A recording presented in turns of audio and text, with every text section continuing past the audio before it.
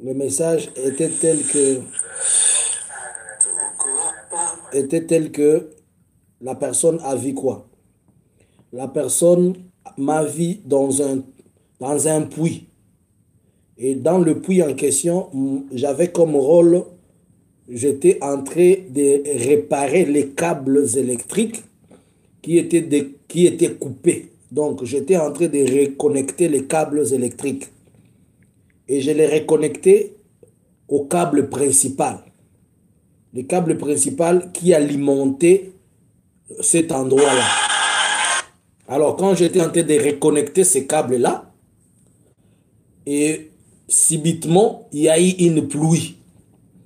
Et lorsqu'il a commencé à pleuvoir, la pluie avait comme objectif de ramener l'eau là où j'étais en train de travailler, remplir l'eau dans ce puits-là. Mais en remplissant l'eau, c'était pour que je sois électrocuté et que je meure là-dedans. Et tout le monde qui était dehors a commencé à crier, disant, Jean-Luc est dans ces puits-là, il est dans ces puits-là, ça constitue un danger pour lui. Mais les responsables, ou bien le responsable du courant, il a su que la pluie venait, il a coupé le courant pour empêcher que l'eau ne puisse avoir le contact avec l'électricité pour me faire du mal. Mais malgré que cela s'est passé comme ça, moi je continue à travailler. Je continue à travailler jusqu'à ce que cela ait passé. Ça veut dire quoi? C'est-à-dire, le puits représente le rayon d'action ou bien le champ de travail.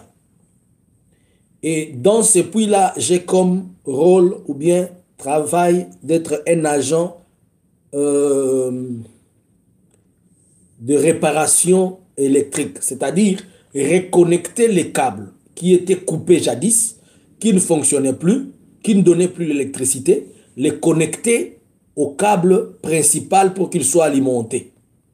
Mais comme on ne veut pas que je puisse continuer,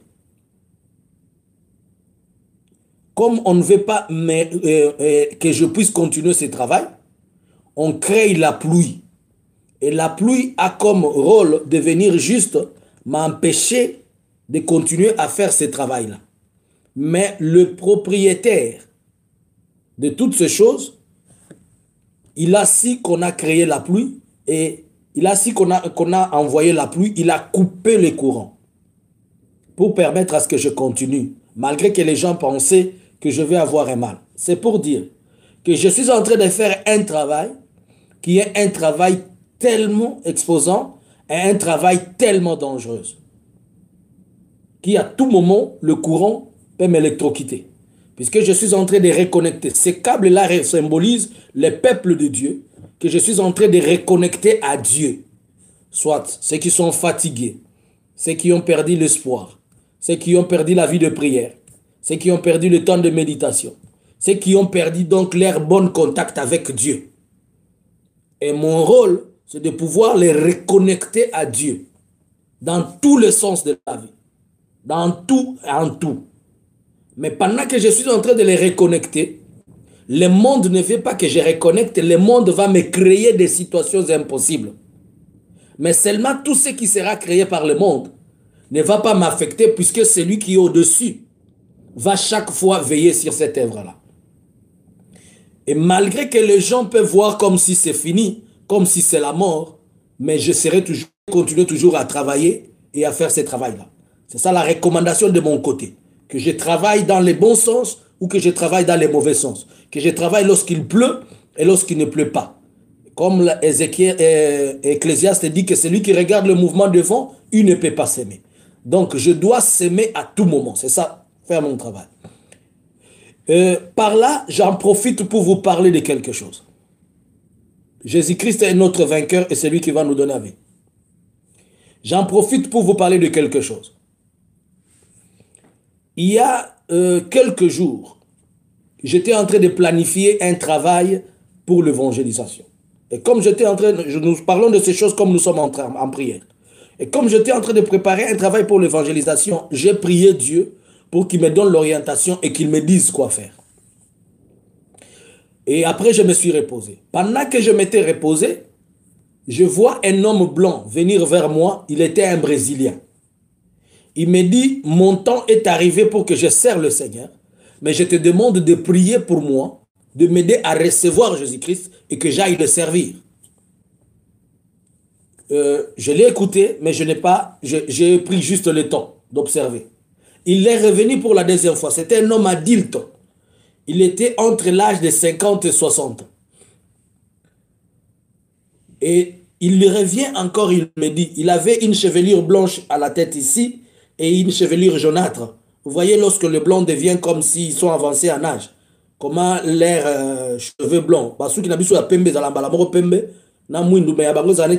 pembe, alors c'était un homme comme ça. Il vient vers moi, il me dit encore, prie pour moi. Et là, je vais prier pour cet homme. Quand je prie pour lui, il accepte, il reçoit Jésus-Christ. Donc je l'ai prêché.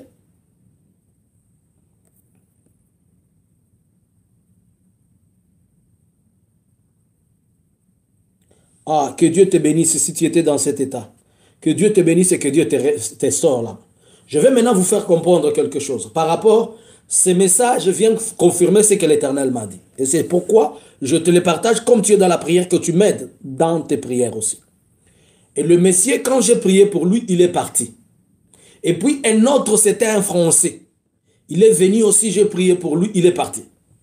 Et après, quand ils sont partis, je le vois revenir avec des gens qu'ils ont gagnés, comme des âmes. Et il me dit, prophète, tu dois baptiser ces gens. Je dis, comment? Il me dit, tu dois baptiser ces gens. Et je vais les baptiser. Et quand je les baptise, c'était comme une histoire qui était petite. Mais on a vu la chose, elle a grandi, elle a grandi, elle a grandi. Elle est devenue trop grande. Même moi qui le faisais, je ne m'imaginais pas. Et ceux qui me disaient ça, on ne s'imaginait pas. Et comme elle est devenue grande, qu'est-ce qui s'est passé? Le Français là, il est venu me dire que chez nous en France, lorsque nous baptisons les gens, après les baptêmes, on utilise l'huile d'olive pour appliquer sur ces gens, afin que les gens soient remplis du Saint-Esprit. J'ai aussi appliqué l'huile d'olive sur les autres, un autre groupe qui a été aussi baptisé. Mais avant que cet homme-là parte, on m'avait dit qu'il est parti sous une dénomination. On m'a parlé de ceci, on m'a dit, on m'a répété 2 fois. C-R-L. Je vous avais parlé un jour, je vous ai parlé de C-R-L. C comme chiffre C et L comme ça. Je ne sais pas si vous voyez. C'était C-R-L. Et ici, C-R-L, on m'a interprété ça. On m'a dit, ça veut dire Christian, Revival and Revelation, Liberation. Donc, on m'a dit ici, le premier C représentait Christian, et le second, et le R représentait Revival, et l'autre représentait Liberation. Pour dire Christ, réveil, libération. Alors, on m'a dit que quand j'envoie ces gens, ou bien quand les gens, je les reçois comme ça, c'est pour en faire des chrétiens réveillés et libérés. Et c'est Christ, on m'a présenté ça comme, je ne sais pas si vous avez connu Stéphane, Christ for All National, le ministère dans lequel Renard Bonke évoluait, et la vision que le Seigneur lui a donnée. Alors c'est pour dire que la vision de tout ce que je ferai sur la terre, elle sera dans CRL. CRL est la chose qui va englober tout ce que le prophète Jean-Luc fait.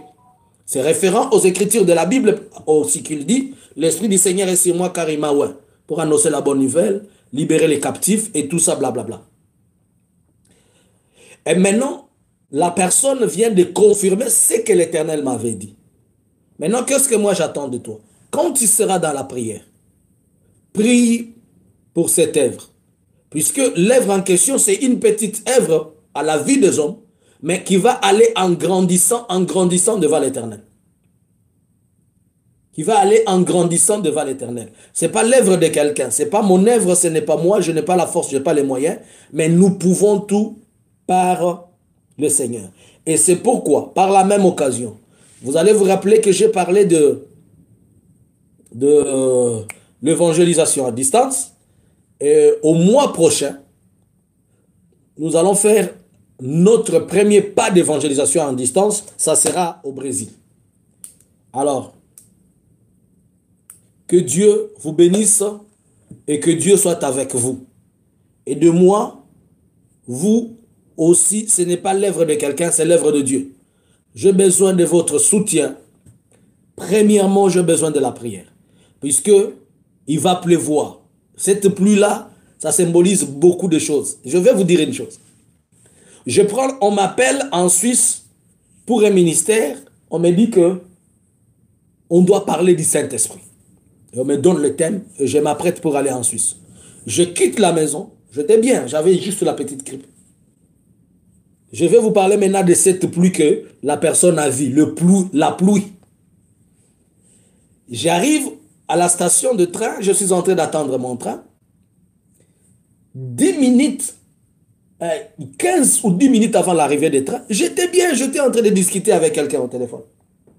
J'ai frôlé la mort, moi. J'ai frôlé la mort il y a 2 semaines. Quand vous ne m'avez pas vu là sur la toile là, vous allez peut-être entendre seulement que le prophète est décédé et vous allez vous dire, prophète, pourquoi tu es mort si tôt ou comment? Je suis à la station de train, j'étais assis,